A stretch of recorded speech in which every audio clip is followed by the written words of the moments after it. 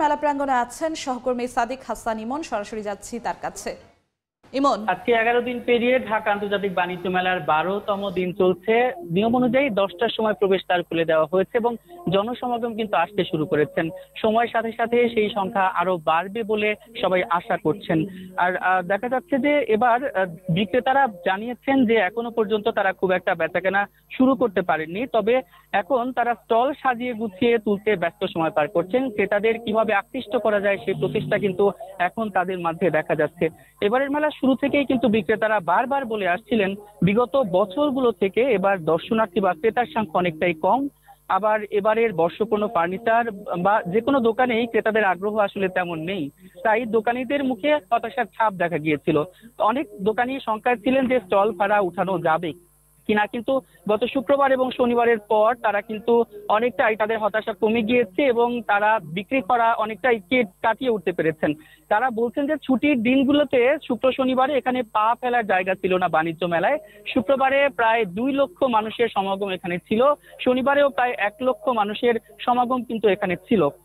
এবারের বেচা কেনা তারা বলছেন আগের বছরগুলোর তুলনায় অনেকটা কম হলেও তারা হতাশা কাটিয়ে উঠতে পেরেছেন।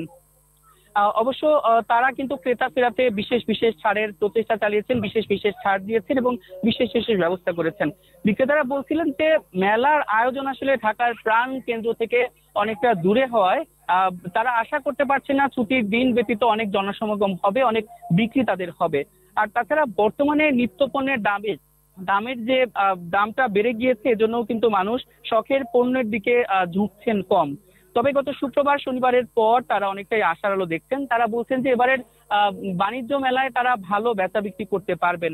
আর এবারে বিক্রেতাদের সাথে কথা বলে যতটুকু জানতে পেরেছি, এবারে পণ্যগুলোর দাম বেশ চড়া, তাই তারা কিনতে এসেও পছন্দের পণ্য সেভাবে কিনতে পারছে না।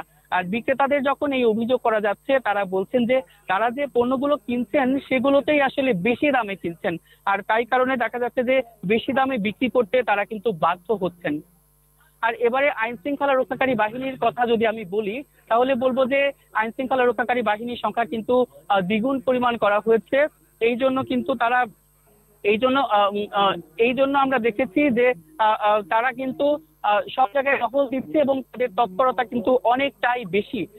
সেই জন্য দেখা যাচ্ছে যে এবং এবারে যে 362টি স্টল, সবাই আশা করছেন যে এবার আইন শৃঙ্খলা রক্ষাকারী বাহিনী তৎপর রয়েছে এবং জনগণ আসতে শুরু করেছে, জনসমাগম আসতে শুরু করেছেন, তাই তাদের বেচা বিক্রি আরো ভালো হবে। ঢাকা আন্তর্জাতিক বাণিজ্য মেলা থেকে এই ছিল আমার কাছে সর্বশেষ। বাণিজ্য মেলার খবর জানাচ্ছিলেন সহকর্মী সাদিক হাসান ইমন।